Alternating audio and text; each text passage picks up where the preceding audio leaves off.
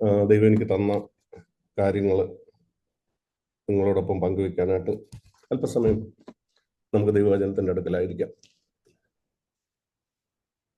ഞാനിങ്ങനെ ചിന്തിക്കായിരുന്നു,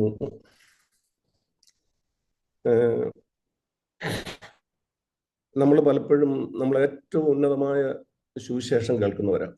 എനിക്ക് തോന്നുന്നില്ല ലോകത്തിൽ മറ്റൊരു സഭയിലുള്ള ആളുകൾക്കും കേൾക്കാൻ കഴിയാത്ത അത്ര ഉന്നതമായിട്ടുള്ള ദൈവവചനം നമ്മൾ നിരന്തരം കേട്ടുകൊണ്ടിരിക്കുന്നവരാണ്. ഞാൻ ചിന്തിക്കുന്നു, ഈ ദൈവത്തിൻ്റെ വചനം, ഈ ഉന്നതമായിട്ടുള്ള ദൈവത്തിൻ്റെ വചനം നമ്മൾ കേൾക്കുമ്പോൾ പലപ്പോഴും അതിനെ അക്ഷരത്തിലെടുത്ത് നമ്മൾ അതിൻ്റെ ആത്മാവില്ലാതെ നമുക്ക് ജീവിക്കാനായിട്ട് കഴിയും. ഞാൻ ഇങ്ങനെ ചിന്തിക്കായിരുന്നു, ഈ പലപ്പോഴും നമ്മൾ ഒത്തിരി ഉയർന്ന നിലവാരമുള്ള സന്ദേശങ്ങൾ കേൾക്കുമ്പോൾ നമ്മളെപ്പോഴും അതിൻ്റെ ആ പ്രമാണങ്ങളെ, എന്താ പറയുന്നത്, അതിൻ്റെ കൽപ്പനകൾ അനുഷ്ഠിച്ച് ജീവിക്കാനായിട്ട് നമ്മൾ പലപ്പോഴും ആഗ്രഹിക്കും. അത്യധികമായിട്ട് നമുക്കറിയാം, പലപ്പോഴും നമുക്ക് പറ്റുന്ന ഒരു പരാജയം, ഞാൻ എൻ്റെ ജീവിതത്തോട് ബന്ധപ്പെടുത്തി ഞാൻ പറയുന്നത്, എൻ്റെ ജീവിതത്തിൽ പറ്റുന്ന ഒരു പരാജയം, ഞാൻ ആരാണെന്നുള്ള യഥാർത്ഥ ബോധ്യം എനിക്ക് പലപ്പോഴും ഇല്ലാതെ ഇരിക്കുമ്പം ഞാൻ ചിന്തിക്കും, എനിക്ക് കേൾക്കുന്ന ഒരു വചനം, കഴിഞ്ഞ ദിവസങ്ങളിലൊക്കെ നമ്മൾ ബഹറിനിൽ പോയി അവിടെ ഒത്തിരി വചനങ്ങൾ കേട്ടു. നമ്മൾ പല തീരുമാനങ്ങൾ എടുത്തു കാണും, കർത്താവ് ഇനിയും തൊട്ട് അങ്ങനെ ജീവിക്കും. നമുക്കറിയാം, അത് നമ്മുടെ ജീവിതത്തിൽ ഇതുപോലെ പല കോൺഫറൻസുകളിലും നമ്മൾ പോകാറുണ്ട്, നമ്മൾ ദൈവത്തിന്റെ വചനം കേൾക്കാറുണ്ട്. എന്നാൽ ഈ ദൈവത്തിന്റെ വചനമൊക്കെ കേൾക്കുമ്പം നമ്മൾ തീരുമാനങ്ങൾ എടുത്താൽ പലപ്പോഴും അതിന് നിലനിൽക്കാനായിട്ട് കഴിയാറില്ല, അല്ലേ? നമ്മൾ ശരിക്കും നമുക്ക് കാണാനായിട്ട് കഴിയും. എന്താണ് ഇതിന്റെ കാരണം? ഞാൻ കണ്ടെത്തിയ ഒരു കാര്യം, നമ്മുടെ ബലഹീനതയെക്കുറിച്ച് നമുക്ക് യഥാർത്ഥ ബോധ്യമില്ല എന്നുള്ളതാണ്. ഞാൻ പറയുന്നു, നമ്മൾ ആരാണ് എന്നുള്ളതിനെ കുറിച്ച് നമുക്ക് ശരിയായിട്ടൊരു ബോധ്യം നമ്മൾ കേൾക്കുന്ന ദൈവവചനത്തിൽ കൂടെ നമുക്കുണ്ടാകണം. ഞാൻ ഇങ്ങനെയായിരുന്നു, ഈ പഴയ നിയമത്തിലെ ആളുകൾക്ക് ദൈവം ഇസ്രായേൽ മക്കൾക്ക് കൽപ്പന കൊടുക്കുമ്പോൾ ദൈവത്തിന്റെ അവരുടെ ആഗ്രഹം, ആ കൽപ്പനകളിലൂടെ അവര് നീതീകരണത്തിലേക്ക് എത്തണമെന്ന് ആയിരുന്നില്ല ദൈവത്തിന്റെ ഇഷ്ടം. അത് എന്തിനാ ദൈവം കൽപ്പന കൊടുത്തത്? നമ്മൾ വായിക്കുന്നുണ്ട് ഗലാത്യ ലേഖനത്തിൽ, അവിടെ വരുമ്പം അവിടെ ഇങ്ങനെ വായിക്കുന്നുണ്ട്, 2-ാം അധ്യായം അവിടെ നമ്മൾ വായിക്കുന്നുണ്ട്, അതിന്റെ 16-ാമത്തെ വാക്യം മുതൽ, എന്നാൽ ക്രിസ്തുവിലുള്ള വിശ്വാസത്താൽ അല്ലാതെ ന്യായപ്രമാണത്തിന്റെ പ്രവൃത്തികളാൽ മനുഷ്യൻ നീതീകരിക്കപ്പെടുക ഇല്ല എന്ന് അറിഞ്ഞതുകൊണ്ട് നാമും ന്യായപ്രമാണത്തിന്റെ പ്രവൃത്തികളല്ല ക്രിസ്തുവിലുള്ള വിശ്വാസത്താൽ തന്നെ നീതീകരിക്കേണ്ടതിന് ക്രിസ്തു യേശുവിൽ വിശ്വസിച്ചു. ന്യായപ്രമാണത്തിന്റെ പ്രവൃത്തികളാൽ ഒരു ജഡവും നീതീകരിക്കപ്പെടുകയില്ല. അപ്പം ഗലാത്യ ലേഖനത്തിൽ നമ്മൾ വായിക്കുന്നുണ്ട്, ന്യായപ്രമാണം കൊടുത്തത് അവര് പാപികളാണെന്നുള്ള ബോധ്യം അവർക്ക് കൊടുക്കാൻ വേണ്ടിയായിരുന്നു. ആ ന്യായപ്രമാണം അനുഷ്ഠിക്കാനായിട്ട് ഹൃദയപൂർവ്വം അനുഷ്ഠിക്കാനായിട്ട് വാസ്തവത്തിൽ ദൈവം കൽപ്പിച്ച ആ വചനത്തിന്റെ സ്പിരിറ്റിൽ അത് ചെയ്യാനായിട്ട് പരിശ്രമിച്ചിരുന്നെങ്കിൽ അവർ കണ്ടെത്തേണ്ട ഒരു കാര്യം, കർത്താവ് ഇത് അനുഷ്ഠിക്കാനായിട്ടുള്ള ശക്തി എനിക്കില്ല എന്നുള്ള ഒരു കാര്യം അവർ കണ്ടെത്തുമായിരുന്നു. അപ്പം അങ്ങനെ അവര് തിരിച്ചറിയുമ്പോഴാണ് യേശുക്രിസ്തു വരാനായിട്ട്. കാലത്തിന്റെ പൂർണ്ണത എന്ന് പറയുമ്പം അവരൊരു രക്ഷകനെ അവർക്ക് ആവശ്യമുണ്ട്. കർത്താവ്, ഞങ്ങളുടെ സ്വന്തം ശക്തി കൊണ്ട് ഞങ്ങൾക്ക് ഈ ജീവിതം ജീവിക്കാൻ കഴിയത്തില്ല. കർത്താവ്, അവരുടെ ഹൃദയത്തിൽ നിന്നൊരു കരച്ചിലുണ്ടാകണമായിരുന്നു. എന്താ കരച്ചിലുണ്ടാകേണ്ടത്? കർത്താവ്, ഞങ്ങൾക്ക് ഒരു രക്ഷകനെ വേണം, ഞങ്ങൾക്ക് സ്വയം ഇതിൽ നിന്ന് പുറത്തു വരാനായിട്ട് കഴിയുന്നില്ല. കർത്താവ്, ഞങ്ങൾക്കൊരു രക്ഷകനെ വേണം എന്നുള്ള ഒരു നിലവിളി അവരുടെ ഉള്ളിൽ പാവമായിട്ട് അവരെ കാണിച്ചു കൊടുക്കേണ്ടതിനായിരുന്നു ന്യായപ്രമാണം അവർക്ക് കൊടുത്തത്. എന്നാൽ സത്യത്തിൽ സംഭവിച്ചത് എന്താ നമുക്ക് കാണാൻ പറ്റും. യേശുക്രിസ്തു ഭൂമി വന്ന പരീശന്മാരും ശാസ്ത്രിമാരും ഒക്കെ എന്ത് കാര്യത്തിന് വേണ്ടിയാണ് ന്യായപ്രമാണം അവർക്ക് കൊടുത്തത്? ആ കാര്യത്തിന് തികച്ചും വ്യത്യസ്തമായ ഒരു കാര്യമാണ് അവർക്ക് സംഭവിച്ചത്. അവരെന്ത് ചിന്തിച്ചു? ആ ന്യായപ്രമാണത്താൽ തന്നെ അവർ നീതിയുള്ളവരായിട്ട് മാറി. നമുക്കറിയാം, യേശുക്രിസ്തുവിനെ അവര് പലപ്പോഴും കുറ്റപ്പെടുത്തുകയും യേശുവിനെതിരെ നിൽക്കുകയും ഒക്കെ ചെയ്യുന്നത് ആ ന്യായപ്രമാണത്താൽ അവർ സ്വയം നീതിമാന്മാരായി. നമുക്കറിയാം, രണ്ടുപേർ പ്രാർത്ഥിക്കാനായിട്ട് പോയപ്പം ഒരാൾ പറയുന്നത്, കർത്താവേ, ഞാൻ ഇതൊക്കെ ചുങ്ക കൊടുക്കുന്നു, പതാരം കൊടുക്കുന്നു, ഞാൻ ഉപവസിക്കുന്നു, പ്രാർത്ഥിക്കുന്നു, അതെല്ലാം എന്തായിട്ട് മാറി? അവന്റെ നീതിയായിട്ട് മാറി, അല്ലേ? എന്നാൽ മറ്റൊരുത്തന് സ്വർഗത്തേക്ക് പോലും നോക്കാൻ മനസ്സില്ലാതെ അവന്റെ പാപം, അവന് കർത്താവിന് വേണ്ടി ജീവിക്കണമെന്ന് ആഗ്രഹമുണ്ട്. ആ ചുങ്കക്കാരനെ സംബന്ധിച്ചിടത്തോളം അതുകൊണ്ടാണ് അവൻ ആ പ്രാർത്ഥന അവന്റെ ഉള്ളിൽ നിന്ന് വന്നത്. കർത്താവ് എനിക്ക് ജീവിക്കണം, പക്ഷെ അവന് ചുങ്കം പിരിക്കുന്ന ഒരു ജോലിയാണ് ചെയ്തുകൊണ്ടിരിക്കുന്നത്. അവന് പലപ്പോഴും അവന്റെ വീട്ടിൽ അവന് ദൈവത്തിന് വേണ്ടി ജീവിക്കണമെന്ന് ശരിയായിട്ടുള്ള ആഗ്രഹമുണ്ട്. അവന്റെ ജീവിതത്തിൽ അത് നടക്കാതെ വരുമ്പം അവന്റെ ഉള്ളിൽ ഒരു നിലവിളിയുണ്ട്. അവന് ദൈവത്തിന് ഒരു നീടി ആവശ്യബോധത്തോടെയാണ് അവന് ഈ ദേവാലയത്തിലേക്ക് വന്നത്. രണ്ടുപേർ, ഒരാള് നീടി അല്ലാതെ അവന് ദൈവത്തിന്റെ ഒരു ആവശ്യവുമില്ല. അവൻ സ്വയം അവൻ ചെയ്യുന്ന പ്രവർത്തികളിലൂടെ ഉള്ള ഒരു നീതീകരണം അവനുണ്ട്. മറിച്ച് മറ്റേ ആള് എന്താ, അവന് ദൈവത്തെ വേണം. അവൻ ഈ ദേവാലയത്തിലേക്ക് വന്നത് ദൈവത്തെ അന്വേഷിച്ചാണ് വന്നത്. കർത്താവ് എനിക്കൊരു വിടുതൽ വേണം, എനിക്കൊരു രക്ഷിതാവിനെ വേണം, എനിക്ക് സ്വയം രക്ഷപ്പെടാൻ പറ്റുന്നില്ല, കർത്താവ് എനിക്ക് നിന്നെ വേണം എന്നുള്ള ഒരു നീഡിയായിട്ടുള്ള ഹാർട്ടോടെ അവൻ വന്നു. അതുകൊണ്ട് സംഭവിച്ചത് എന്നാണെന്നറിയാമോ? സ്വയനീതിയില് അവന് ദൈവം കൊടുത്ത പ്രമാണങ്ങൾ അവൻ പാപിയാണെന്ന് ബോധ്യപ്പെടാൻ വേണ്ടി ദൈവം അവന് കൊടുത്ത പ്രമാണങ്ങളാൽ നീതീകരിക്കപ്പെട്ടവൻ സ്വയനീതിയിലേക്ക് വന്നവൻ ആ സ്വയനീതിയോടെ കൂടെ തന്നെ പോയി.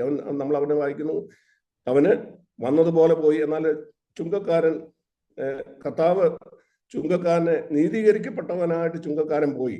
അപ്പൊ ഞാനിങ്ങനെ ഇരിക്കുന്നു, ദൈവം പ്രമാണം നമുക്ക് തന്നിരിക്കുന്നത് എന്തിനാണ്?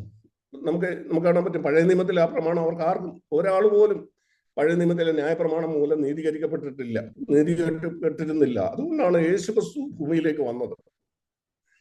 അല്ലെ, യേശുക്രിസ്തു ഭൂമിയിലേക്ക് വന്നപ്പം യേശുവിനെ കുറിച്ച് നമ്മളെ ഈ ലൂക്കോസ് മത്തായിയുടെ സുവിശേഷം അവിടെ നമ്മൾ വായിക്കുന്നുണ്ട്. മത്തായിയുടെ സുവിശേഷം 1-ാം അധ്യായത്തിൽ നമ്മൾ എപ്പോഴും കേട്ടിട്ടുണ്ട്, സഹോദരന്മാരെ ഷെയർ ചെയ്ത്, ദൈവവചനത്തിലെ ഒന്നാമത്തെ വാഗ്ദാനം, ദൈവം മനുഷ്യന് കൊടുത്ത പുതിയ നിയമത്തിൽ ദൈവം കൊടുത്ത ഒന്നാമത്തെ വാഗ്ദാനമായിരുന്നു അത്. 21ഉം 22ഉം വാക്യങ്ങള്, അവൾ ഒരു മകനെ പ്രസവിക്കും, അവൻ തന്റെ ജനത്തെ അവരുടെ പാപങ്ങളിൽ നിന്ന് രക്ഷിപ്പാനിരിക്കുന്നുണ്ട്, നീ അവനെ യേശു എന്ന് പേർ വിളിക്കണം. അവിടെ നമ്മൾ കാണുന്നു,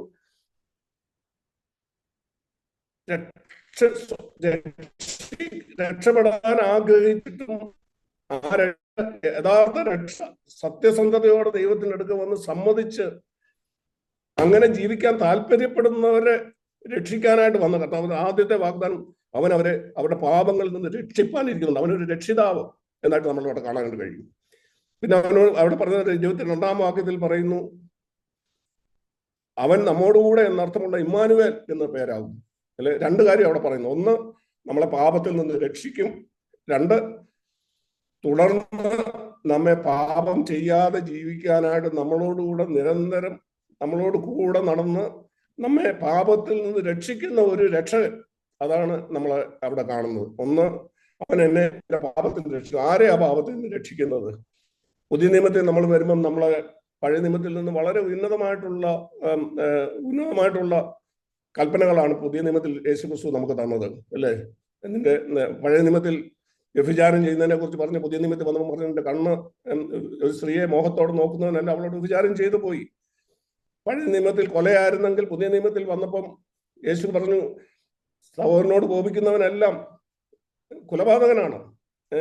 നമുക്ക് കാണാം, നിങ്ങളെ ആളുകൾ ദൂഷിക്കുകയും നിന്ദിക്കുകയും പരിഹസിക്കുകയും ഒക്കെ വെച്ച് നിങ്ങൾ സന്തോഷിച്ചു പോവുകയും നമുക്ക് കാണാം, ഒത്തിരി ഒരു ചേട്ടത്ത് അടിക്കുന്നവന് മറ്റൊരു ചേട്ടത്ത് കൊണ്ട് വന്നു. ന്യായപ്രമാണത്തെക്കാളും ഉയർന്ന ഒരു നിലവാരമുള്ള ഒത്തിരി കൽപ്പനകൾ പുതിയ നിയമത്തിൽ വന്ന് യേശു തന്നു. പഴയ നിയമത്തിൽ ജീവിച്ച മനുഷ്യർക്ക് വളരെ താഴ്ന്ന നിലവാരത്തിലുള്ള ആ ന്യായപ്രമാണത്തെ നിവർത്തിക്കാൻ പറ്റാതെ ഇരുന്നപ്പം യേശുക്രിസ്തു വന്ന് അതിലും ഉയർന്ന ഒരു പ്രമാണം നൽകി.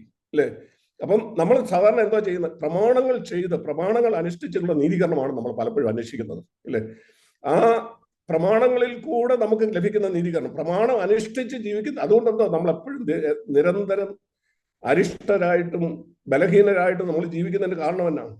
അങ്ങനെയല്ല യേശു വന്നത്. യേശു നമ്മളെ രക്ഷകനായിട്ടാണ് വന്നത്. നമ്മളെ ഈ ലൂക്കോസ് സുവിശേഷം വായിക്കുമ്പോൾ അവിടെ ഇങ്ങനെ നമ്മൾ വായിക്കുന്നുണ്ട്. അതിന്റെ ലൂക്കോസ് സുവിശേഷം 2-ാം അധ്യായം അതിന്റെ 10-ാം വാക്യത്തിൽ, ദൂതൻ അവളോട്, ഭയപ്പെടേണ്ട, സർവ്വലോകത്തിനും ഉണ്ടാകുവാനുള്ള മഹാസന്തോഷം ഞാൻ നിങ്ങളോട് സുവിശേഷിക്കുന്നു.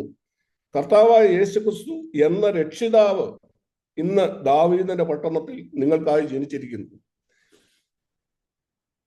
യേശു ജനിച്ചപ്പം ദൂതന്മാര് പ്രഘോഷിച്ച കാര്യമാണ്. സർവ്വജനത്തിനും ഉണ്ടാകാനുള്ള ഒരു മഹാസന്തോഷം. ആ സന്തോഷം എന്നാണ്? എന്നെ രക്ഷിക്കാനായിട്ട് എനിക്കിന്ന് ഒരു രക്ഷകനുണ്ട്.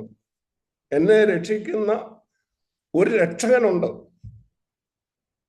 എന്നോട് പറഞ്ഞ കൽപ്പനകള് അനുഷ്ഠിക്കാനായിട്ട് എന്നോട് കൂടെ ഇരുന്ന് എന്നെ സഹായിക്കുന്ന, എന്നെ അതിൽ നിന്ന് രക്ഷിക്കുന്ന ഒരു രക്ഷകനുണ്ട്. അതാ എന്റെ സന്തോഷം. അപ്പൊ ആ സന്തോഷം, ആ രക്ഷകനിൽ ഉള്ള സന്തോഷം എങ്ങനെയാ നമ്മൾ പുതിയ നിയമത്തിൽ വരുമ്പോൾ നമുക്ക് കാണാൻ പറ്റുന്നതാണ്. യോഹന്നാന്റെ സുവിശേഷം 15-ാം അധ്യായത്തിന്റെ 5-ാം വാക്യത്തിൽ യേശുക്രിസ്തു പറഞ്ഞു, എന്നെ പിരിഞ്ഞ് നിങ്ങൾക്ക് ഒന്നും ചെയ്യാൻ കഴിയത്തില്ല. എന്നെ വിട്ട് നിങ്ങൾക്ക് ഒന്നും ചെയ്യാൻ പറ്റത്തില്ല. ഒന്നും ചെയ്യാൻ പറ്റത്തില്ല. എങ്ങനെ? ഒരു മരിച്ച മനുഷ്യനാണ് നിങ്ങൾ, അല്ലേ? കർത്താവ് പറഞ്ഞു, ഞാൻ സാക്ഷാൽ മുന്തിരിവള്ളിയും നിങ്ങൾ കൊമ്പുകളാകുന്നു. ആരെങ്കിലും എന്നിൽ വസിച്ചാൽ, ആർക്കാണ് ഒരു എന്ന് പറഞ്ഞാൽ വല്ലപ്പോഴും വസിക്കുന്ന കാര്യമല്ല, നിരന്തരം കർത്താവിൽ വസിക്കുക. അങ്ങനെ ആർക്കാ ഈ നിരന്തരം കർത്താവിൽ വസിക്കാൻ കഴിയുന്നത്? നീഡ്ഫുൾ ആയിട്ടുള്ള ഹാർട്ടുള്ള ഒരാൾക്ക് മാത്രമേ കഴിയൂ. കർത്താവ്, എനിക്ക് നിന്നെ വേണം, നിന്നെ പിരിഞ്ഞ് എനിക്ക് ജീവിക്കാൻ പറ്റത്തില്ല. കർത്താവ്, ഞാൻ എത്ര ആഞ്ഞ് പരിശ്രമിച്ചാലും കർത്താവ് എന്റെ ജഡത്തിൽ നിന്ന്, ദൈവത്തിന്റെ വചനം എന്താ പറയുന്നത്? എന്നിൽ എന്ന് വെച്ചാൽ എന്റെ ജഡത്തിൽ ഒരു നന്മയുമില്ല. ഒരു നന്മയുമില്ലാത്ത, എത്ര നമ്മളൊരു കുപ്പിക്കകത്ത് കുറച്ച് വിഷം എടുത്തിട്ട് എത്ര അത് കുലുക്കിയാലും അത് നല്ല അതിലത്തെ വിഷം പോകത്തില്ല, അത് നല്ല വെള്ളമായിട്ട് മാറത്തില്ല, അത് വിഷം തന്നെ ആയിരിക്കും എന്ന് പറഞ്ഞതുപോലെ തന്നെയാണ്. നമ്മളെ ദൈവം ഏതൻ തോട്ടത്തിൽ മനുഷ്യനെ ദൈവം സൃഷ്ടിച്ചു. അവനെ നീതിയുള്ളവനായിട്ടും വിശുദ്ധനായിട്ടും ദൈവത്തോടുള്ള നിരന്തര ഫെലോഷിപ്പിലുമാണ് അവനെ ദൈവം അവിടെ ആക്കിയത്. അന്ന് അവന് ജ്ഞാനമൊന്നും ഇല്ലായിരുന്നു, അവൻ അറിയില്ലായിരുന്നു, ഒന്നിനെ കുറിച്ച് അവന് ബോധ്യമില്ലായിരുന്നു. ഒരു കാര്യം അവനുണ്ടായിരുന്നു, അവൻ ദൈവത്തോടുള്ള കൂട്ടായ്മ, അവൻ അറിവില്ലായിരുന്നു എന്താ ചെയ്യണമെന്ന്, അവൻ അറിയില്ലായിരുന്നു. പക്ഷെ ഒരു കാര്യം ഉണ്ടായിരുന്നു, ദൈവം തന്നെ അവന്റെ ജ്ഞാനമായിരുന്നു, ദൈവം അവന്റെ വിശുദ്ധിയായിരുന്നു, ദൈവം അവന്റെ നീതീകരണമായിരുന്നു. എന്നാൽ എന്തോ ചെയ്തത്?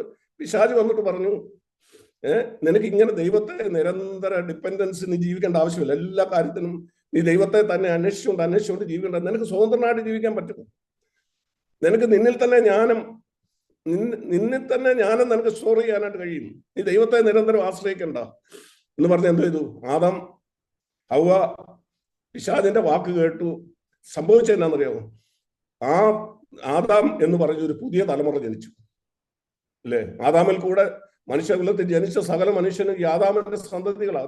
എന്തോ സ്വയത്തിൽ ജീവിക്കുക, സ്വന്തം അറിവിൽ ജീവിക്കുക, സ്വന്തം പരിശ്രമം കൊണ്ട് ജീവിക്കുക, അപ്പം അവിടെ എന്താ സംഭവിച്ചു? അവിടെ ഒരു കാര്യം സംഭവിച്ചു.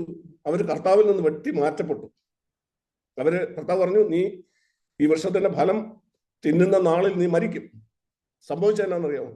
കർത്താവിൽ നിന്നൊരു യഥാർത്ഥ മരണം എന്നാ? ദൈവത്തിൽ നിന്നുള്ള വേർപാടാണ്.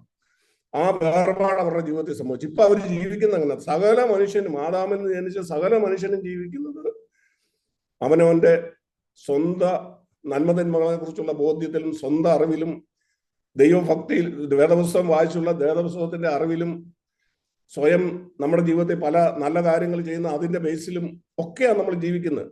അതുകൊണ്ടാണ് ദൈവത്തിന്റെ മുമ്പിൽ ദൈവത്തിന് ഏറ്റവും വേറെ വെച്ച് നമ്മൾ കേട്ടതുപോലെ ദൈവത്തിന്റെ മൂക്കിൽ പുകയും ദൈവത്തിന്റെ മൂക്കിൽ തീയുമായിട്ടിരിക്കുന്നത് നമ്മുടെ സ്വയനീതികളാണ്, നമ്മുടെ സ്വന്തം നീതികൾ. ദൈവത്തെ വിട്ടിട്ട് ദൈവത്തെ മാറ്റി നിർത്തിയിട്ട് നമ്മുടെ സ്വയത്തിൽ നിന്ന് വരുന്ന എല്ലാ നീതികളും ദൈവം അതിനെ കറ പുരണ്ട വസ്ത്രം പോലെയും അത് ദൈവത്തിന് മുമ്പിൽ അതൊരു അബോമിനേഷനായിട്ടാണ് ദൈവം കാണുന്നത്, നമ്മുടെ സ്വയത്തിന്റെ നീതികൾ. അതുകൊണ്ടാണ് കർത്താവ് പറഞ്ഞത്, നിങ്ങൾക്ക് ഫലം കായ്ക്കണോ?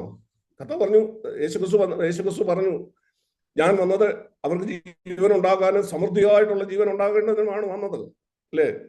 നമുക്ക് ജീവൻ തരാനും സമൃദ്ധിയുള്ള ജീവന്റെ ഭാഗമാകാനും പങ്കാളിയാകാനും ആ ദൈവം നമ്മളെ വിളിച്ചത്. പക്ഷേ യോഹന്നാന്റെ സുവിശേഷം 1-ാം അധ്യായം വായിക്കുമ്പോൾ നമ്മൾ കാണുന്നത് ഈ ജീവൻ എവിടെ ആയിരിക്കുന്നത്? ഈ ജീവൻ ക്രിസ്തുവില. അവനിൽ ജീവൻ ഉണ്ടായിരുന്നു, ആ ജീവനായിരുന്നു മനുഷ്യന്റെ വെളിച്ചം. അപ്പം ഈ ജീവൻ പ്രാപിക്കണമെങ്കിൽ ഞാൻ എന്ത് ചെയ്യണം? ഞാൻ നിസ്സഹായതയോടെ കർത്താവിന്റെ അടുക്കലേക്ക് ചെല്ലണം. ഞാൻ കർത്താവിന്റെ അടുക്കൽ ചെന്ന് ആ വൃക്ഷത്തോട് ഞാൻ പറ്റി നിൽക്കുന്നെങ്കിൽ ആ വൃക്ഷത്തിന്റെ ജീവന്റെ ഭാഗമാകാനായിട്ട് എനിക്ക് കഴിയും. എനിക്കല്ലാതെ ഒരു ജീവൻ പ്രൊഡ്യൂസ് ചെയ്യാൻ പറ്റത്തില്ല. എൻ്റെ ജീവിതത്തില് എൻ്റെ നീതിയെല്ലാം എനിക്ക് വരേണ്ടത് കർത്താവ് എന്ന് പറയുന്ന അപ്പൊ നമ്മൾ നോക്കുന്നത് ദൈവം നമ്മളോട് കൽപ്പിച്ച കൽപ്പനകൾക്കപ്പുറത്ത് കൽപ്പിച്ചവനെ നമ്മൾ കാണുന്നില്ലെങ്കിൽ, അവനോടുള്ള സ്നേഹത്തിൽ അവനോട് നമ്മൾ പറ്റി നിൽക്കുന്നില്ലെങ്കിൽ നമുക്ക് കിട്ടുന്നതെല്ലാം സ്വയനീതികളായിരിക്കും. നമുക്ക് പല കാര്യങ്ങളും ചെയ്യാൻ പറ്റും. നല്ല നല്ല നല്ല സഹോദരൻ എന്നുള്ള പേര് കേൾക്കാം, മറ്റ് അനേക കാര്യങ്ങൾ നമുക്ക് ലഭിക്കും. എന്നാൽ എല്ലാം ദൈവം അതിനെയെല്ലാം ഒരു കറപുരണ്ട നികൃഷ്ടമായിട്ടുള്ള ദൈവത്തിന് സഹിക്കാൻ പറ്റാത്ത കാര്യങ്ങൾ ആ പരീക്ഷന്മാരുടെ നീതി പോലെ മാത്രമായിരിക്കും ദൈവത്തെ കാണുന്നത്. പക്ഷെ ദൈവം എന്താ നമ്മളെ കുറിച്ച് ആഗ്രഹിക്കുന്നത്? നമ്മ ആകാശത്തിന്റെ കീഴെ ഭൂമിക്ക് മേലെ നമുക്ക് രക്ഷിക്കപ്പെടാനായിട്ട് ഒരു നാമമേ തന്നിട്ടുള്ളൂ. ആ നാമം യേശുവിന്റെ നാമം. അപ്പം നമ്മൾ ഈ ഒരു കാര്യം യേശു ക്രിസ്തു എന്താ ചെയ്തത്? നമ്മൾ ആദാമെന്ന വൃക്ഷത്തിൽ നിന്ന് മാറ്റി ക്രിസ്തുവാകുന്ന ആ വൃക്ഷത്തില് ആ വൃക്ഷത്തോട് ചേർത്ത് നമ്മളെ ആ വൃക്ഷത്തില് ഒട്ടിച്ചു. അപ്പൊ നമ്മുടെ ജീവനിൽ നിന്ന് എവിടെ നിന്നാണ് വരേണ്ടത്?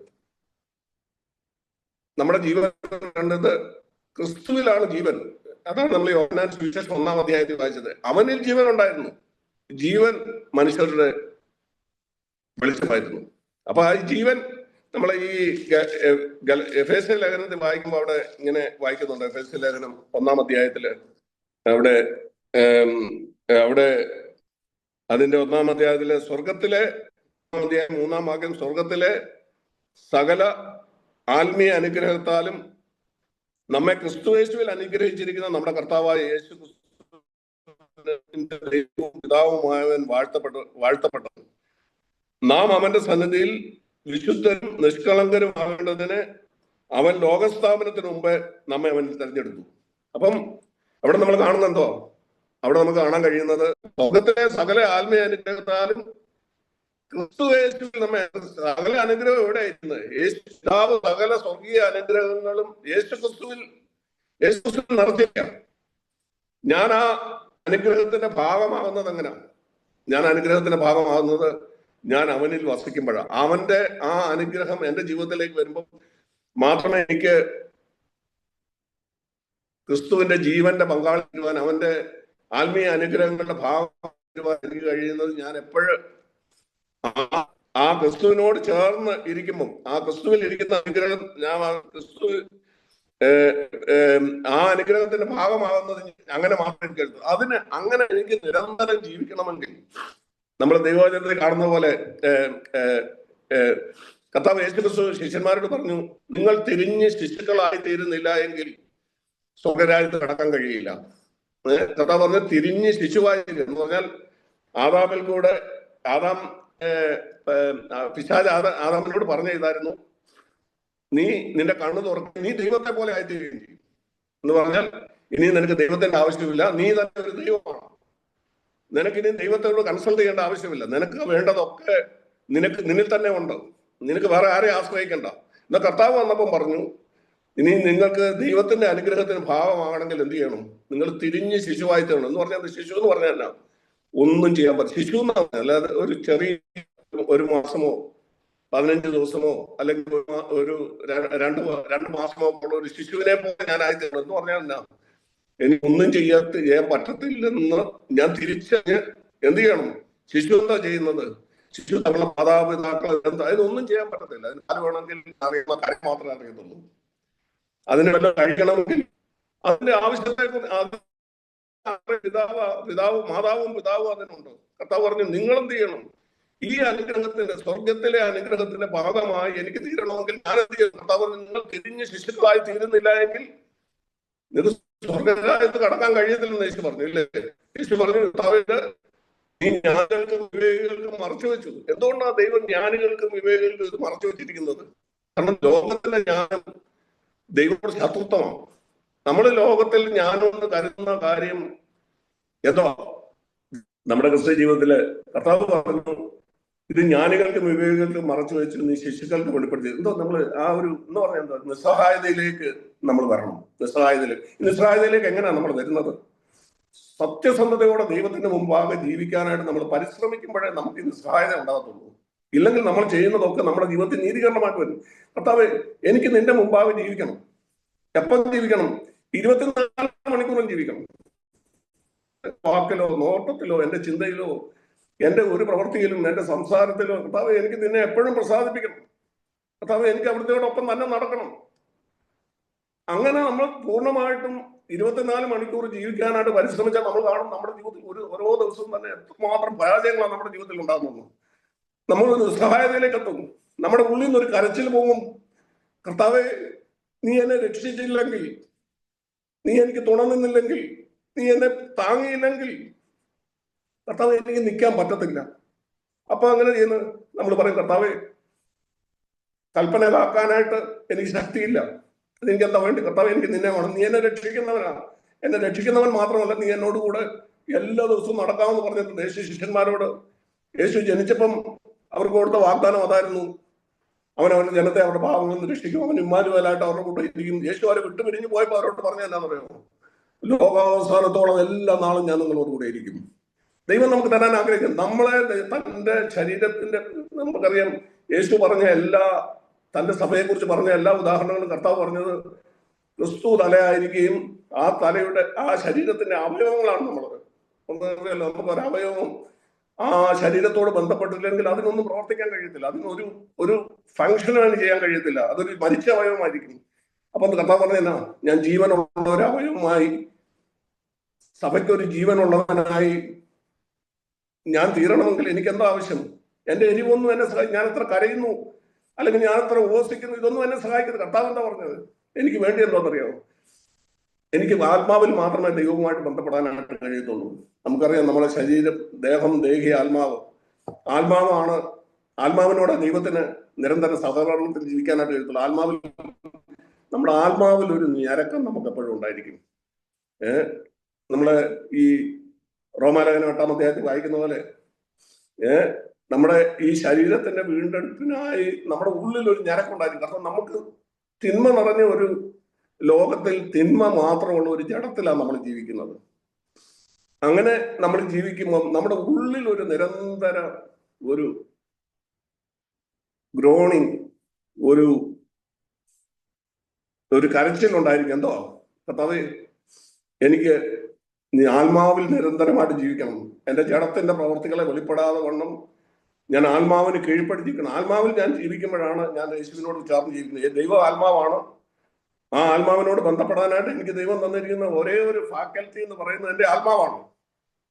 അതുകൊണ്ടാണ് പറഞ്ഞ് ജഡത്തെ അനുസരിച്ച് ജീവിക്കരുത്, ആത്മാവിനെ അനുസരിച്ച് ജീവിക്കണം. ആത്മാവിനെ അനുസരിച്ച് ജീവിക്കാന്ന് പറഞ്ഞാൽ ദൈവത്തോടുള്ള നിരന്തര ബന്ധത്തിൽ ഞാൻ ജീവിക്കണമെങ്കിൽ ഞാൻ ആത്മാവിൽ എപ്പോഴും ജീവിക്കാനായിട്ട് ഇടയാകും. അതുകൊണ്ടാ കർത്താവ് പറഞ്ഞത്, നിങ്ങൾ തിരിഞ്ഞ് ആ നിസ്സഹായതയിലേക്ക്, ആ കർത്താവിനെ പറ്റി നിൽക്കാനായിട്ട്, കർത്താവിനെ ഇറുകി പിടിക്കാനായിട്ട്. കർത്താവ് നിന്നെ വിട്ട് പിരിഞ്ഞ് എനിക്ക് ജീവിക്കണം. യേശു ഭൂമിയിലായിരുന്നപ്പോൾ യേശു നിരന്തരം ജീവിച്ചു. യേശു ഒരിക്കലും സ്വന്തമായിട്ടൊന്നും ചെയ്തില്ല. നമ്മൾ വായിക്കുന്നുണ്ട്, യേശുവാണ് നമ്മുടെ മാതൃക. യേശുവിൽ നമ്മൾ കാണുന്നത് എന്തോ? അവൻ നിരന്തരം പിതാവിനോട് ചോദിച്ചു, കർത്താവെ ഞാൻ എന്താ പറയേണ്ടത്, ഞാൻ എന്താ ചെയ്യേണ്ടത്? അവൻ എപ്പോഴും നിരന്തരം ആത്മാവിൽ പിതാവിനോടൊപ്പമായിരുന്നു. യേശു പറഞ്ഞുകൊണ്ട് യേശു പറഞ്ഞു, ഞാൻ സ്വയമായിട്ടൊന്നും ചെയ്യുന്നില്ല. കർത്താവ് പറഞ്ഞു, മനുഷ്യത്വത്തിന് സ്വതവേ ഒന്നും ചെയ്യാം. എത്ര നിസ്സഹായതയോടെ അവൻ ഈ ഭൂമിയിൽ ജീവിച്ചെന്നറിയാമോ? യേശു പറയാണ്, പിതാവേ എനിക്ക് സ്വയമായിട്ട് ഒന്നും യേശു പറഞ്ഞു, ഞാൻ സ്വയമായിട്ട് ഒന്നും പ്രവർത്തിക്കുന്നില്ല, എന്റെ തന്നെ ആ ഇനിഷ്യേറ്റീവിൽ എനിക്കൊന്നും ചെയ്യാൻ പറ്റത്തില്ല എന്ന് പറഞ്ഞാൽ പൂർണ്ണ നിസ്സഹായതയിലാണ് യേശു ഭൂമിയിൽ ജീവിച്ചത്. അതിനർത്ഥം ഇതല്ല നമ്മൾ അരിഷ്ടരായിട്ട് ഭൂമി ഏറ്റവും. കർത്താവ് പറഞ്ഞു, നിങ്ങൾ എന്നിൽ വസിക്കുന്നെങ്കിൽ നിങ്ങൾ ധാരാളം ഫലം കായ്ക്കും. അത് ഫലമില്ലാത്ത ഒരു ജീവിതമല്ല, നിസ്സഹായതയുടെ ഒരു ജീവിതമല്ല. അയ്യോ എന്നിൽ ഒരു നന്മയില്ലല്ലോ എന്ന് പറഞ്ഞ് ജീവിക്കുന്നത്, അത് സമൃദ്ധിയുടെ ജീവിതമാണ്. അത് ധാരാളം ഫലമുണ്ടാക്കുന്ന ജീവിതമാണ്. പക്ഷെ അത് എന്റെ ജഡത്തിൽ നിന്നല്ല വരുന്നത്. എല്ലാം കർത്താവ് എന്ന് പറഞ്ഞ ദൈവം, നമ്മള് ഈ കൊരിന്ത്യർ ലേഖനത്തിൽ വായിക്കുന്നത് പോലെ ദൈവം തന്നെ നമ്മുടെ ആലയമാക്കി മാറ്റുക. ദൈവം നമ്മളിൽ വസിക്കുക. യേശു ഭൂമിയിലായിരുന്നപ്പം യേശു പിതാവിന് വസിക്കുന്ന ആലയം യേശുവായിരുന്നു. ദൈവം നമ്മുടെ ഉള്ളിൽ വസിച്ച് ദൈവം തന്റെ പ്രവൃത്തി നമ്മളിൽ കൂടെ ചെയ്യാനാണ് ദൈവം ആഗ്രഹിക്കുന്നത്. നമ്മൾ കർത്താവിന് വേണ്ടി ചെയ്യുന്ന ഒരു പ്രവൃത്തിയും ദൈവത്തിന് വേണ്ട, അതെല്ലാം ദൈവത്തിന് ഹിതകരമല്ല. എന്നാൽ ദൈവം നമ്മുടെ ഉള്ളിൽ വസിക്കണം, നമ്മുടെ ഉള്ളിൽ നടക്കണം. യേശുവിന് സംസാരിക്കാനായിട്ടൊരു നാവ് വേണം, യേശുവിന് പോകാനായിട്ടൊരു കാല് വേണം, യേശുവിന് പ്രവർത്തിക്കാനായിട്ട് കൈ വേണം. പക്ഷെ എന്താ വേണ്ടിയത്? ഞാൻ എന്നെ നിസ്സഹായതയോടെ കർത്താവിന് വസിക്കാനുണ്ട്. ആ നിസ്സഹായത എന്റെ ജീവിതത്തിൽ ഉണ്ടെങ്കിൽ മാത്രമേ ദൈവത്തിന് എന്റെ ജീവിതത്തിൽ എന്നെ കൊണ്ട് ദൈവത്തിന്റെ പ്രവൃത്തി ചെയ്യിപ്പിക്കാൻ. അതിന്റെ അനന്തര ഫലം എന്നാണെന്നറിയാമോ? ഒരിക്കലും ഞാൻ എന്നിൽ തന്നെ പ്രശംസിക്കത്തില്ല. നമ്മൾ വെളിപാട് പുസ്തകം 4-ാം അധ്യായത്തിൽ വരുമ്പോൾ അവിടെ കാണുന്ന ഒരു കാര്യമുണ്ട്. അവിടെ പറയുന്നത് എന്താണെന്നറിയാമോ? അവിടെ പറയുന്നു, ദൈവം അവർക്ക് സിംഹാസനങ്ങൾ കൊടുത്തു, കിരീടങ്ങൾ കൊടുത്തു. എന്നിട്ട് അവിടെ 24 മൂപ്പന്മാരാണ് അവിടെ. എന്നാൽ അവരെന്താ ചെയ്യുന്നറിയാമോ? സിംഹാസനത്തിൽ നിന്നിറങ്ങി തങ്ങളുടെ കിരീടങ്ങളെ കർത്താവിന്റെ പാദപീഠത്തിൽ വെച്ച് അവരവരുടെ മുന്നേ കമണ് വീഴുക. അവർ പറയുന്നത് എന്നാണെന്നറിയോ? കർത്താവ് നീയാണ് യോഗ്യൻ, കർത്താവ് നീ തന്നതായത്, ഞങ്ങൾ അധ്വാനിച്ച് നേടിയതല്ല, കർത്താവ് ഞങ്ങളുടെ പരിശ്രമം കൊണ്ട് ഞങ്ങളുടെ വിശുദ്ധി കൊണ്ട് ഞങ്ങൾ നേടിയതല്ല, മറിച്ച് നീ ഞങ്ങൾക്ക് തന്നത് ഞങ്ങൾ തിരിച്ചവിടെ പാത്രം. ഈ ഭൂമിയിൽ ജീവിക്കുന്നു ദൈവം ആഗ്രഹിക്കുന്ന എന്നാ പറയാ? നമ്മളിൽ കൂടെ കർത്താവ് ജീവിക്കാനാണ്. നമ്മൾ അവനോട് പറ്റി നിന്ന് അവന്റെ അവനിൽ നിന്ന് വരുന്ന ഫലങ്ങൾ പുറപ്പെടുവിച്ച് അതിന്റെ ഫലമായി നമുക്ക് പ്രശംസിക്കാൻ ഒന്നുമില്ലാത്ത ഒരിടത്ത് നമ്മൾ ഈ ഭൂമിയിൽ ജീവിക്കും. നമ്മൾ നിസ്സഹായതയോടെ ഈ ഭൂമിയിൽ ജീവിക്കുക. അപ്പം നമ്മൾ ഏറ്റവും അരിഷ്ടരായിട്ടല്ല ജീവിക്കുന്നത്, ഏറ്റവും സന്തോഷ സമൃദ്ധി ഉള്ളവരായിട്ട് നമുക്ക് ജീവിക്കാൻ കഴിയും. ആരാ നിസ്സഹായതയോടെ ഈ ഭൂമിയിൽ ജീവിക്കുന്നറിയാമോ? കർത്താവുമായിട്ട് ബന്ധമില്ലാത്ത, സ്വന്തം പരിശ്രമം കൊണ്ട് നീതി പ്രവർത്തികൾ ചെയ്യാനായിട്ട് കർത്താവിന്റെ പ്രവർത്തികൾ ചെയ്ത് ദൈവത്തെ പ്രസാദിപ്പിക്കാൻ ആഗ്രഹിക്കുന്ന സകല മനുഷ്യരും ആത്യന്തികമായിട്ട് അവൻ എപ്പോഴും ഡിപ്രസ്ഡും, എപ്പോഴും നിരാശനും, എപ്പോഴും പല സന്തോഷമില്ലാത്തവനൊക്കെ ആയിരിക്കും. എന്നാൽ കർത്താവിനോട് കൂടെ വസിക്കുമ്പോൾ ഉണ്ടാകുന്ന ഒരു കാര്യം, നമ്മുടെ ജീവിതത്തിൽ ഒത്തിരി ബുദ്ധിമുട്ടുകളും പ്രയാസങ്ങളും പല കാര്യങ്ങളിലൂടെ ഒക്കെ നമ്മൾ കടന്നു പോകുന്നുണ്ട്. എന്നാൽ അതിന്റെ എല്ലാം മധ്യത്തിൽ കർത്താവിനോട് കൂടെ ജീവിക്കുന്നത് കൊണ്ട് അവന്റെ സന്നിധിയിൽ സന്തോഷത്തിന്റെ പരിപൂർണത നമ്മുടെ ആത്മാവിൽ. നമ്മുടെ ജനത്തിൽ പല ബുദ്ധിമുട്ടുകളാണ്, നമ്മുടെ ചുറ്റുപാടും പല പ്രയാസങ്ങളും കാണുന്നു വരും. എന്നാൽ അതിന്റെ എല്ലാം മധ്യേ നമുക്ക് ആത്മാവിലുള്ള സന്തോഷത്തോടെ ഈ ഭൂമി ജീവിക്കാൻ കഴിയും. ഞാൻ വാസ്തവത്തിൽ ആഗ്രഹിക്കുന്നു, ഞാൻ സത്യസന്ധമായിട്ട് ആഗ്രഹിക്കുന്ന ഒരു കർത്താവ് ഈ നിസ്സഹായത എപ്പോഴാണ് എന്റെ കർത്താവ്, ഞാനൊരു കാര്യം ചെയ്യുമ്പോൾ അതെന്റെ ഒരു നീതിയായിട്ട് വരരുത്. കർത്താവ്, എനിക്ക് നിന്നെ നിന്നിലല്ലാതെ എനിക്കൊരു നന്മയും ഞാൻ കണ്ടെത്താനിടയാകരുത്. ഞാൻ ചെയ്യുന്ന ഒരു പ്രവൃത്തിയും എന്റെ നന്മയായിട്ട് എനിക്ക് തോന്നരുത്. കർത്താവെ, എനിക്ക് ഒരു രക്ഷകനെ എപ്പോഴും ആവശ്യമാണ്. ഞാൻ പാപം ചെയ്യുന്ന സമയത്ത്, കാരണം ഞാൻ അവന് ആ മരത്തോട് ചേർന്നിരിക്കുന്നില്ലെങ്കിൽ എനിക്ക് കാട്ടുമുന്തിരി ഫലങ്ങളൊക്കെ ചിലപ്പോൾ വന്നെന്ന് വരും. അതെല്ലാം ദൈവത്തിന് പ്രസാദം. അത് കാട്ടുമുന്തിരിയോ കാട്ടൊലിവോ ഒക്കെ ആയിരിക്കും. എന്നാൽ യഥാർത്ഥ ആ കർത്താവിനെ രുചിച്ചു നോക്കാൻ പറ്റുന്ന ഒരു കാര്യം എന്റെ ജീവിതത്തിൽ ഉണ്ടാകണമെങ്കിൽ എനിക്ക് ഈ നിസ്സഹായത ഒരിക്കലും ഒരാൾ പ്രസംഗിക്കുന്നത് കൊണ്ട് ഉണ്ടാകുന്നില്ല, ഒരാൾ പറയുന്നത് കേൾക്കണം, വേദപുസ്തകത്തിൽ ഒരു വാക്യം വായിച്ചത് കൊണ്ട് ഉണ്ടാകത്തില്ല. മറിച്ച് എപ്പോഴാണ് അത് ഉണ്ടാകുന്നതെന്ന് അറിയാമോ? കർത്താവിനായിട്ട് ജീവിക്കാനായിട്ട് അധമമായിട്ട് ആഗ്രഹിക്കുന്ന ഒരു വ്യക്തിക്ക് മാത്രമേ അവിടെ ചെന്ന് ചെയ്യുന്നത്. അതുകൊണ്ട് പൗലോസ് അപ്പോസ്തലൻ തീമോഥെയോസിന് എഴുതാൻ പറയുന്നുണ്ട്, ഞാൻ അവന്റെ ജീവിതത്തിന്റെ അവസാനത്തോളം ഏകദേശം അവസാനത്തിലെത്തി അവൻ പറയാണ്, ഞാൻ ആ പാപികളിൽ ഒന്നാമൻ. അവൻ ചെയ്ത പ്രവർത്തികളെ ഒക്കെ തിരിഞ്ഞ് നോക്കിയിട്ട്, ഞാൻ കർത്താവിന് വേണ്ടി എത്ര പ്രയോജനപ്പെടുന്നുണ്ട്, ഞാൻ കർത്താവിന് അവനെപ്പോഴും അവന്റെ നോട്ടം കർത്താവിലേക്കായിരുന്നു. യേശുവിന്റെ വിശുദ്ധിയായിരുന്നു അവൻ കണ്ടുകൊണ്ടിരുന്നത്. അവന്റെ അതുകൊണ്ട് നിരന്തര ആശ്രയം അവന്റെ ജീവിതത്തിലുണ്ടായിരുന്നു. അതുകൊണ്ട് ഈ കൊരിന്ത്യരോട് പറയുമ്പോൾ അവൻ പറയുന്നുണ്ട്, ഞാൻ നിങ്ങളുടെ അടുത്ത് വന്ന് മനുഷ്യന്റെ ജ്ഞാനമല്ല പ്രസംഗിക്കാൻ ആഗ്രഹിക്കുന്നത്. കൊരിന്തി അവിടെ നമ്മൾ വായിക്കുന്നുണ്ട്, 1-ാം അധ്യായത്തില്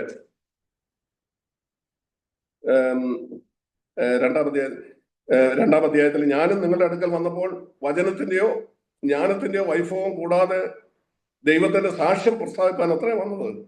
ക്രൂശിക്കപ്പെട്ടവനായ യേശുവിനെ അല്ലാതെ മറ്റൊന്നും അറിയാത്തവനായ നിങ്ങളുടെ ഇടയിൽ ഇരിക്കണമെന്ന് ഞാൻ ചോദിച്ചു. ഞാൻ ബലഹീനതയോടും ഭയത്തോടും വളരെ നടുക്കത്തോടും കൂടെ നിങ്ങളുടെ ഇടയിലായിരുന്നു. നിങ്ങളുടെ വിശ്വാസത്തിന് മനുഷ്യന്റെ ജ്ഞാനമല്ല, ദൈവത്തിന്റെ ശക്തി തന്നെ ആധാരമായിരിക്കേണ്ടതിന് എന്റെ വചനവും എന്റെ പ്രസംഗവും ജ്ഞാനത്തിന്റെ വശീകരണ വാക്കുകളാലല്ല, ആത്മാവിന്റെയും ശക്തിയുടെയും പ്രദർശനത്താൽ അത്രയായിരുന്നു. ചിന്തിക്കാനും കാരണം എന്താ? അതിന് കാരണം പൗലോസ് പറയുന്നുണ്ട്, 1 കൊരിന്തി 1-ാം അധ്യായത്തിൽ പറയുന്നുണ്ട്, അവിടെ സഹോദരന്മാരോട് പറയാം, നിങ്ങളുടെ വിളിയെ നോക്കുവിൻ. എന്തോ പറയുന്നത്? ബലമുള്ളതിനെ അവിടെ നമ്മൾ വായിക്കുന്നുണ്ട്, നിങ്ങൾ ജ്ഞാനികളേറെയില്ല, ബലവാന്മാരേറെയില്ല, കുലീനന്മാരും ഏറെയില്ല. ജ്ഞാനികളെ ലജ്ജിപ്പിക്കുവാൻ ദൈവം ലോകത്തിൽ ഭോഷത്വമായത് തെരഞ്ഞെടുത്തു, ബലമുള്ളതിനെ ലജ്ജിപ്പിപ്പാൻ ദൈവം ലോകത്തിൽ ബലഹീനമായത് തെരഞ്ഞെടുത്തു, ഉള്ളതിനെ ഇല്ലായ്മ ചെയ്യുവാൻ ദൈവം ലോകത്തിൽ കുലഹീനവും നികൃഷ്ടവും ഏതുമില്ലാത്തതിനെ തെരഞ്ഞെടുത്തു. കാരണം എന്താണെന്നറിയാമോ? ദൈവസന്നിധിയിൽ ഒരു ജഡവും പ്രശംസിക്കരുത്. ദൈവത്തിന് ഒരു മാറ്റമില്ലാത്ത പ്രമാണമുണ്ട്. തന്റെ മഹത്വം താൻ ആർക്കും വിട്ടുകൊടുക്കത്തില്ല. ദൈവം നമുക്ക് കൃപ തരാം, ദൈവം നമുക്ക് പല താലന്തുകൾ തരാം, പക്ഷെ ദൈവം ഒരിക്കലും താൻ വിട്ടുകൊടുക്കാത്ത ഒരു കാര്യമാണ്, തന്റെ മഹത്വം താൻ ആർക്കും വിട്ടുകൊടുക്കില്ല. ഇവിടെ പറയുന്നത് ദൈവത്തിന്റെ സന്നിധിയിൽ ഒരാൾക്കും ചെന്നിട്ട് പറയാൻ പറ്റത്തില്ല, കർത്താവ് ഞാനിങ്ങനെ ചെയ്തു. ചിലർ കർത്താവിന്റെ അടുത്ത് വന്ന് പറഞ്ഞു, കർത്താവ് ഞങ്ങള് ഭൂതങ്ങളെ പുറത്താക്കി അത്ഭുതം ചെയ്തു, അടയാളം ചെയ്തു. കർത്താവ് പറഞ്ഞു ഞാൻ നിങ്ങളെ അറിയുന്നില്ല. എന്തുകൊണ്ടാണ്? അവര് ചെയ്തതിന്റെ ഒക്കെ മഹത്വം അവരെടുത്തു. അത് അവരിന്ന് വന്നതാ. ദൈവത്തിന് ചിലരോട് കണ്ണ തോന്നി, ചിലരെ സൗഖ്യമാക്കി, ചില ഭൂതങ്ങളെ പുറത്താക്കി. പക്ഷെ ദൈവം അവരെ ദൈവത്തിന്റെ സന്നിധിയിൽ നമ്മുടെ ജീവിതത്തിൽ ദൈവസന്നിധി ചെന്ന് നമുക്ക് പ്രശംസിക്കാനുള്ള എന്തെങ്കിലും ബലഹീനനായി ദൈവത്തെ മാത്രം ഡിപ്പെൻഡ് ചെയ്ത് ആ മുന്തിരിവള്ളിയോട് പറ്റി നിൽക്കുന്ന ഒരു ശരീരത്തിന്റെ അവയവം പോലെ ജീവനായിട്ട് ആ ശരീരത്തെ പൂർണ്ണമായിട്ടും ആശ്രയിച്ച് നിൽക്കുന്ന നിസ്സഹായയുടെ ഒരു ചിത്രമാണ് വേദപുസ്തകം മുഴുവൻ നമ്മൾ കാണാൻ പറ്റുന്നത്.